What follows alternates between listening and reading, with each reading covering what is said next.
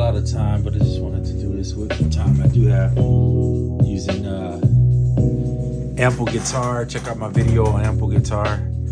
But what you can do is run that guitar through the amp on here on the SP404. So the way that you get to that, I'll show you.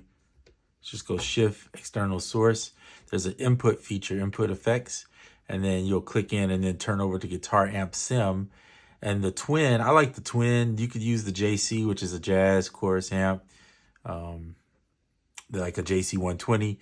But the Twin is a cleaner amp, but yeah, it can break up a little bit if you put about 50 plus on the drive. Turn your level up to 100. And then I usually like to, they have an EQ on here, which is cool. So just go down to the EQ. By the way, you just move down like this and then adjust with the knobs here, these three. So I like to put my middle on about 40, just boost the mids a little bit.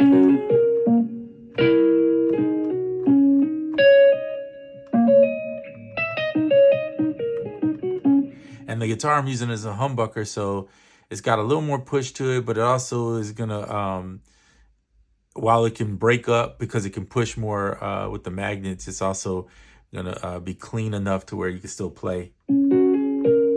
Kind of light, but still have a little grit, which is to me just enough. Then you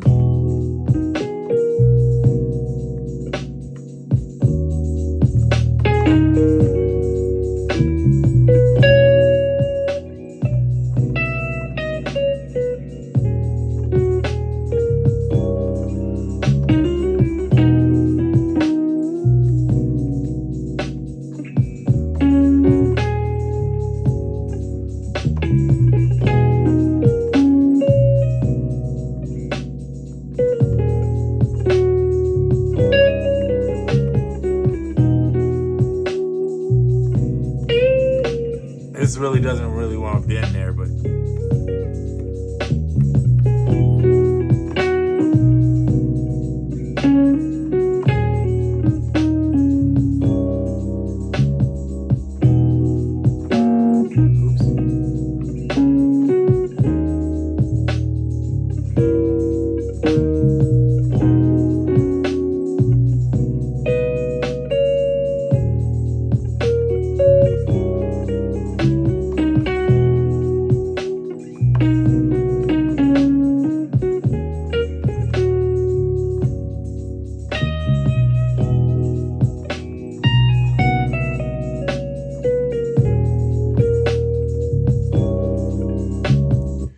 so yeah, that's what you can do with it.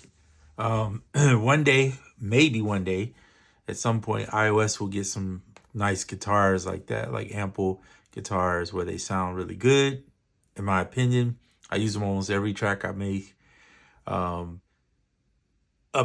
think Broken Places is the one track. If you ever hear that song, I actually played the guitar on that one because at that time I had the guitar. Now I got rid of it. I'm just kind of using AmpleSound stuff. It's fine for just playing some leads and things of that nature. But anyway, yeah, so there's not a lot of guitars that you can get by with, in my opinion, that sound good. A little vibrato. Being able to pitch bend and it still sound decent. And it's super disguisable. Now to the real maybe guitars, maybe he would know or she would know. But for just recording a nice little lead on a track, it actually works really well. And I just think this, without it, let me show you without it actually. Let's bypass it. Without it, oops.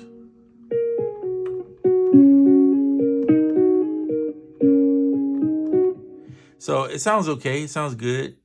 But if you put a little amp behind it,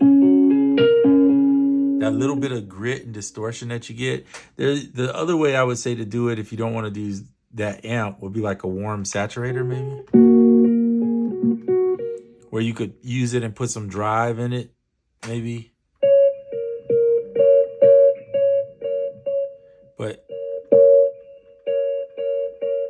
But I mean, if you're gonna EQ the lows, by the time you do all that for a guitar, just use the amp. It sounds better, in my opinion. It just sounds better. I would just use the amp. Obviously, if you have a real guitar, this is a great source. But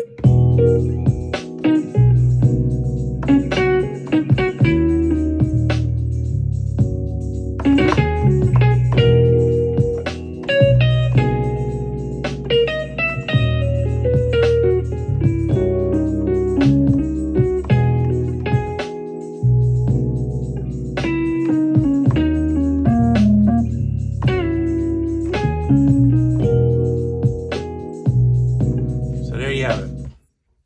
That's my little spill on guitar with regards to using one in the computer and then being able to just run it straight into the SP and use your MIDI controller to get that feel, so you can kind of feel like you're playing it, because you do need to play that. I don't think you can. I haven't seen anybody do a good job on playing samples and doing that. It's just very hard. The guitar has to be played. It's a different type of instrument. Any string instrument, in my opinion, even the bass. You could get away with a simple bass line or some 808s or something, but like if you really want a bass feel with the squeaks and the extra feel that it really sounds like when you play one, you have to use some higher quality instrument presets and plugins and things of that nature to be able to get that feel, something that can mimic it in a better way. Anyway, that's it for this video. Just wanted to talk about playing some guitar with your track and not having a guitar to physically play it right now. So that's it. I'm out.